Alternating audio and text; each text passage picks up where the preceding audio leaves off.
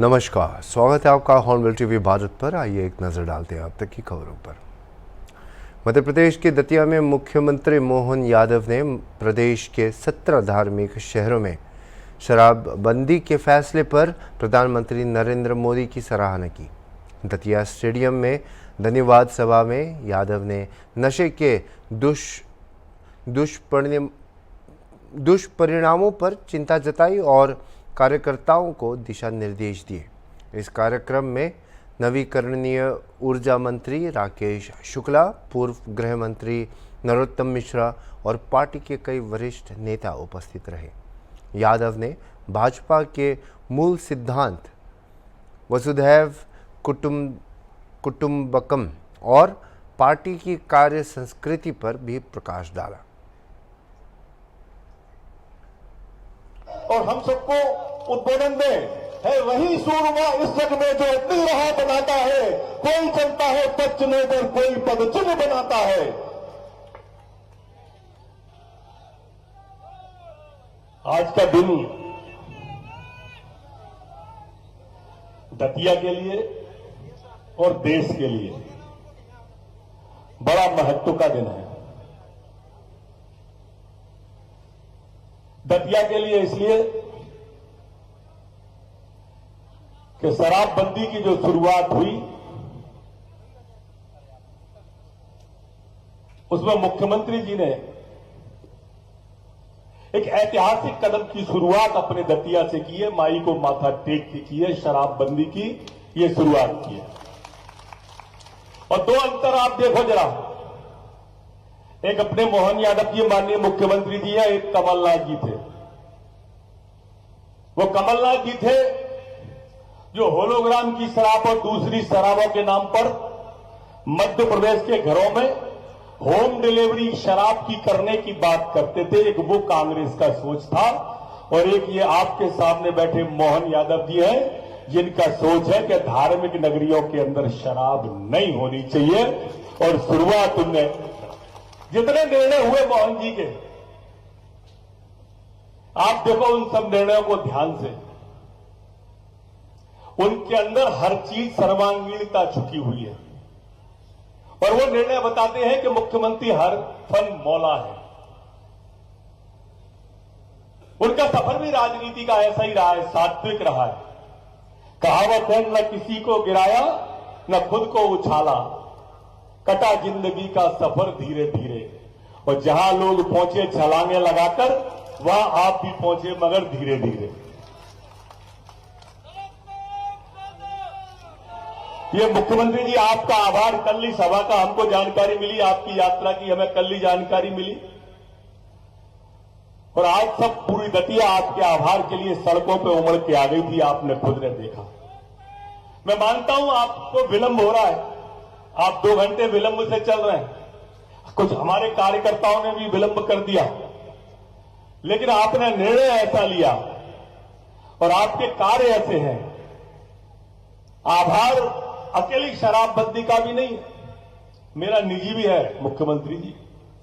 सार्वजनिक रूप से 2-3 बातें कहने में मैं संकोच नहीं करता। एक तो ये कि आप जैसा मुख्यमंत्री जो खुद मोबाइल उठा ले और मोबाइल उठा नहीं पाए तो फिर कॉल बैक आ जाए। तालियां बनती है यार इस बात पर जोरदार। मुख्यमंत्री बिरले होते हैं इस तरह के मुख्यमंत्री, देश में बहुत मुख्यमंत्री। और दूसरा इस बात के लिए भी मुख्यमंत्री जी कि मेरा पद जाने के बाद भी आपने कद नहीं जाने दिया, इसके लिए सार्वजनिक आपका आभार व्यक्त करता हूं। कहावत है कि बुरे वक्त में भी जो आपसे जुदा न हो, गौर से देख कहीं वो खुदा न हो। ये कहावतें हैं माननीय मुख्यमंत्री जी, और यही कारण है कि आपका सुशील स्वभाव, हरफन मौला नेतृत्व, और उसका परिणाम यह आया कि 29 में से 29 लोकसभा सीट आपने मध्य प्रदेश के अंदर जीत के दी। एक इतिहास कायम किया। आजादी के बाद कांग्रेस को शून्य पे ला दिया। मध्य प्रदेश के चली दिल्ली तक का सफर देख लो आप माननीय मुख्यमंत्री जी। कांग्रेस 0 पे ही टिकी हुई है। मध्य प्रदेश से दिल्ली तक एक भी सीट दिल्ली में नहीं आई। माता बहनों, आपने देखा होगा मुख्यमंत्री जी के अनेक निर्णय, लेकिन मैं सिर्फ महिलाओं की और नौजवानों की और गरीबों की बात कर रहा हूं। गरीबों के लिए एम्बुलेंस की सुविधा, एम्बुलेंस भी कौन सी, हवाई जहाज की एम्बुलेंस, एम्बुलेंस भी कौन सी, हेलीकॉप्टर की एम्बुलेंस। ये सुविधा आम आवाम के लिए करने वाले आप पहले मुख्यमंत्री हैं। हमारे यहां शास्त्रों में कहा गया है कि दीन है सबको लखत हैं, पर दीन है लखे न कोय, और जो रहीम दीन लखे दीन बंद सो होए। ये ऐसे हैं। हमारे यहां संघ में भी यही कहा जाता है कि शोषित पीड़ित दुखित बांधवों के हमको है कष्ट मिटाने, डटे हुए हैं राष्ट्र धर्म हित विपदाओं में सीना ताने। ऐसी परिस्थिति के जग में आपने नौजवानों के लिए, जिसमें प्रधानमंत्री जी भी आए, देश के गृह मंत्री माननीय अमित शाह जी, माननीय नरेंद्र मोदी जी भी आए, और उनके सामने आपने जो उद्योग समिट की नेतृत्व में कितना अच्छा लगता है हमको। हमारे देश के नेता सभी प्रकार के विकास के काम करते करते कौन सा काम छोड़ रहे हैं जीवन में सबके लिए। हमने तो राम राज्य में सुना था कि राम राज्य में हर गरीब आदमी के लिए जीवन की जरूरी चीजें सबके लिए मिलती थी। आज यशस्वी प्रधानमंत्री के नेतृत्व में गरीब आदमी को रहने का मकान, आपने 2.5 लाख शहर में, गांव में 1.5 लाख से ऊपर की राशि। कभी कोई गरीब आदमी सोचता था कि इतनी बड़ी राशि कोई मिलेगी?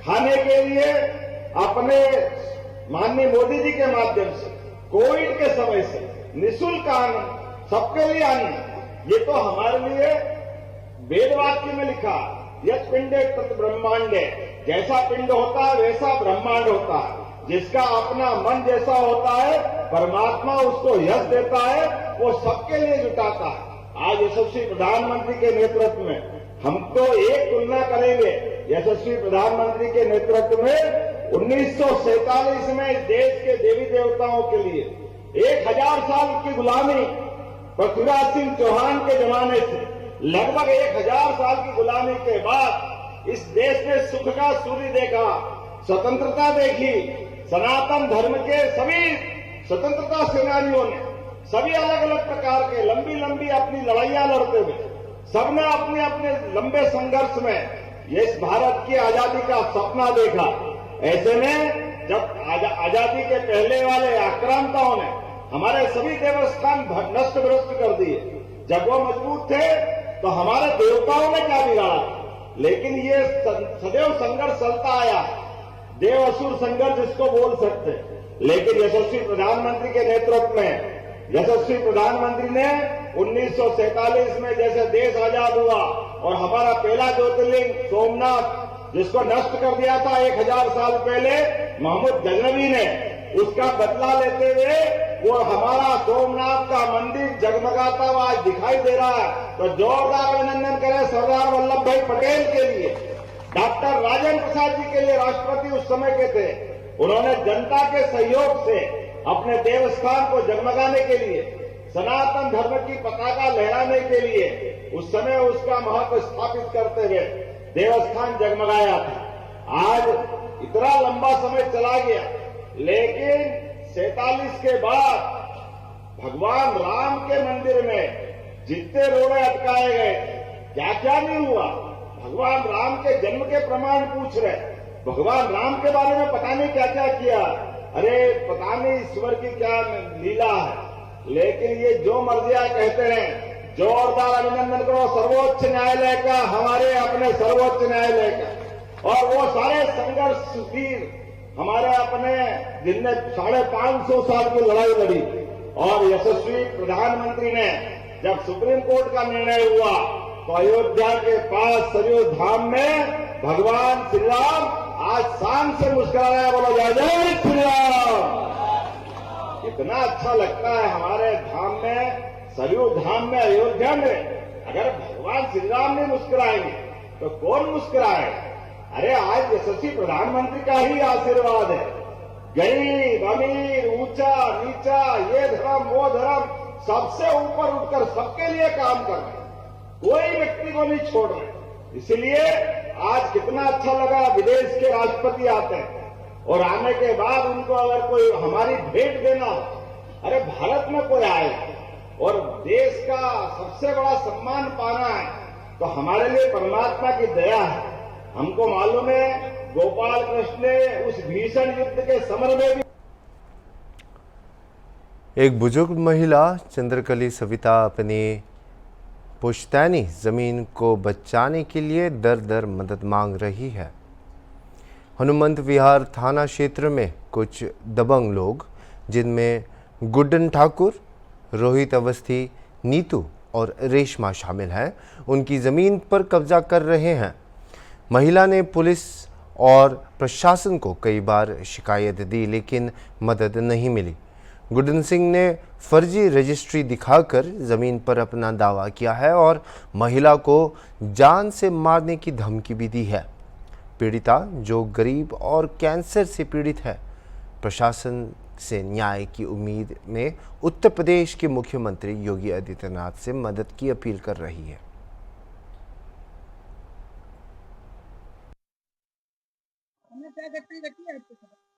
क्या मामला हुआ है? अरे बिटिया हमार पहले परा रहा है बाटू भा तो परो रहो परे परे हमारा एक बाहर रहा था एक रहा था तो नहीं कर पाए। अभी धीरे धीरे लीने बनाए तो मैं दर्शन मैडम हमारे 60 गज का दबंगई से कब्जा करा है, हमारे परिवार के सदस्य से लिखवाया है। जी 2 लोग हैं हमारे पापा और चाचा। जी जी जी हमारे पिताजी से नहीं लिखवाया है, ये खितौने में सभी के नाम आते हैं, उनमें से एक सदस्य ने लिख दिया है सर। हमारे घर के किसी ने नहीं, बिल्कुल नहीं। जी हमारी नपाई हो जाए, लेखपाल क्लियर कर दे, उसके बाद हमें कोई संतुष्टि है फिर। जी हमारी खितौनी है, पुश्तैनी जमीन हमारे पास खितौनी। ठीक है, चलिए ठीक। 2025 का संसद का बजट सत्र 31 जनवरी को शुरू हुआ था और आज दोनों सदनों की कार्यवाही अनिश्चितकाल के लिए स्थगित कर दी गई है। अब दोनों सदन मानसून सत्र में फिर से खोलेंगे, हालांकि तारीखें अभी घोषित नहीं की गई हैं। राज्यसभा के सभापति उपराष्ट्रपति जगदीप धनखड़ ने सत्र के समापन पर सदस्यों का सक्रिय भागीदारी और योगदान के लिए आभार व्यक्त किया। उन्होंने बताया कि राज्यसभा में इस सत्र में 159 घंटे काम किया, जिससे उत्पादकता 129% रही। इसके साथ ही राज्यसभा में सबसे लंबी बैठक 3 अप्रैल को हुई, जो सुबह 11 बजे से होकर 4 अप्रैल को सुबह 4:02 बजे तक चली। वहीं लोकसभा अध्यक्ष ओम बिरला ने बताया कि लोकसभा में 26 घंटे बैठक हुई, जिसमें 10 सरकारी बिल प्रस्तुत किए गए और 16 बिल पास हुए, जिनमें वक्फ संशोधन बिल और मुस्लिम वक्फ रद्दीकरण बिल शामिल थे। बजट सत्र 2 भागों में हुआ, पहला 31 जनवरी से 13 फरवरी तक और दूसरा 10 मार्च से शुरू हुआ।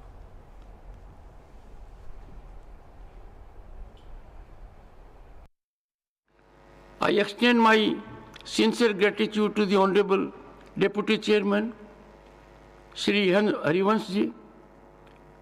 His wise counsel has always been a great asset to me. I extend gratitude also to the Vice Chairpersons, House and Opposition leaders, the Minister of Parliamentary Affairs, party leaders, and all the honorable members for their invaluable assistance and cooperation in conducting these proceedings. I greatly recognize and acknowledge the diligent efforts of the Secretary General and the staff for having engaged in smooth functioning of the House, working long hours. Why should not Prime Minister come? There is no house that no important ministers or The House also had the occasion to see presence of the Honorable Prime Minister when in this house. When, sir? In this house.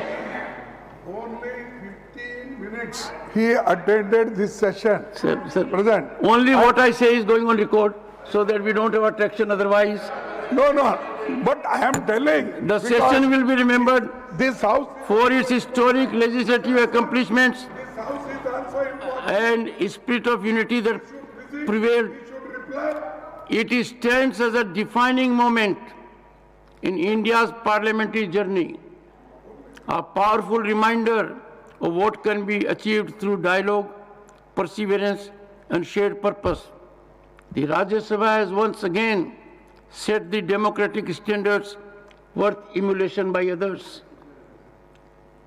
Honorable members, our future sittings will see announcement of these democratic values getting blossomed. Jai Hind. मान्य सदस्यगण, हम 18वीं लोकसभा के चौथे सत्र की समाप्ति की ओर बढ़ रहे हैं।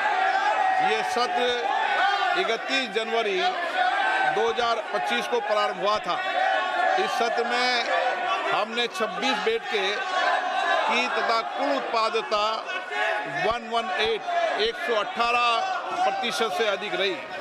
माननीय राष्ट्रपति जी के अभिभाषण पर धन्यवाद प्रस्ताव पर चर्चा पर 173 माननीय सदस्यों ने भागीदारी की। इस प्रकार केंद्रीय बजट पर चर्चा में 169 सदस्यों ने भाग लिया।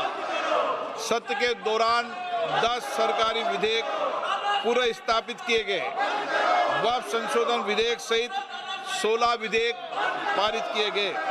दिनांक 3 अप्रैल 2025 को शून्यकाल में 202 सदस्यों ने लोकमत के विषय सदन में उठाए, जो अभी तक लोकसभा के अंदर अभिलंब लोकमत के प्रश्न उठाए गए का रिकॉर्ड है। माननीय सदस्य, मैं सभी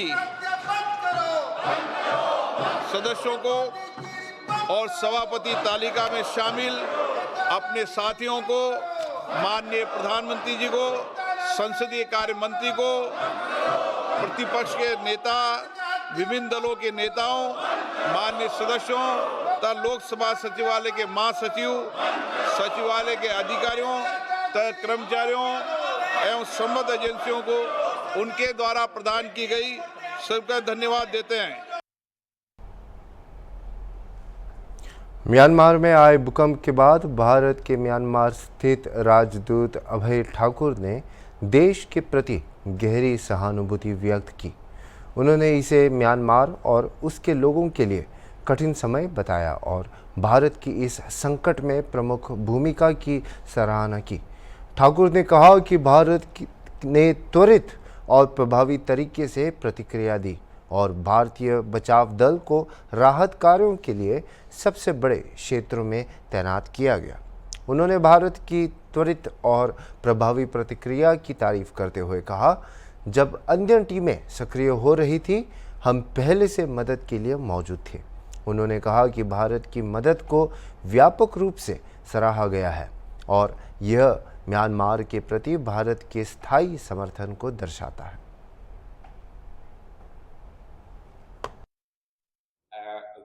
That is provided to the Myanmar people here, needy people here, what it will impact the relationship between the two countries, India and Myanmar. Well, this is a very difficult moment for the country and for the people of Myanmar. India has been at the forefront of the response to this massive earthquake that has struck Myanmar along its main fault line, including Mandalay, Naypyidaw, Bago, Sagaing, and northern Shan regions. India has been the most substantive, the fastest, and the most significant responder to the earthquake in Myanmar.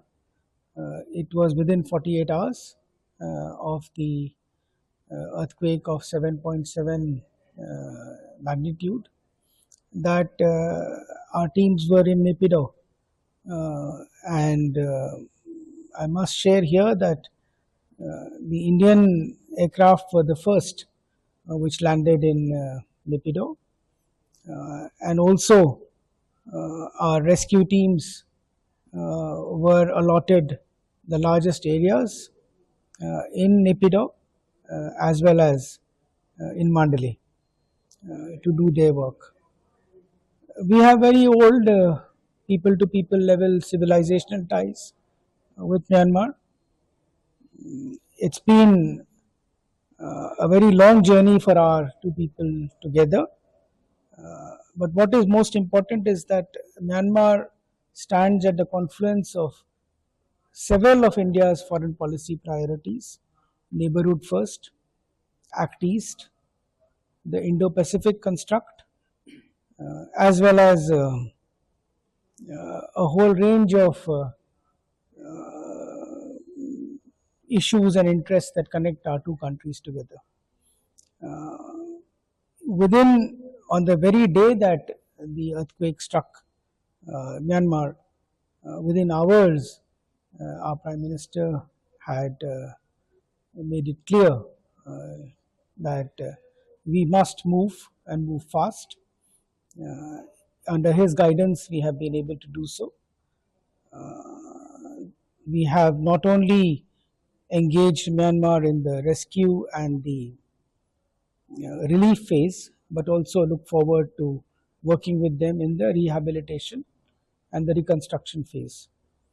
So it's both in the short, medium and long term that we are committed to staying engaged with Myanmar.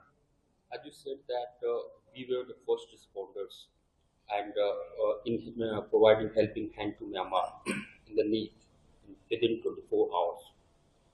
How do you see this response from India? अभी के लिए इतना ही, और खबरों के लिए आप देखते रहिए हॉर्नबिल टीवी।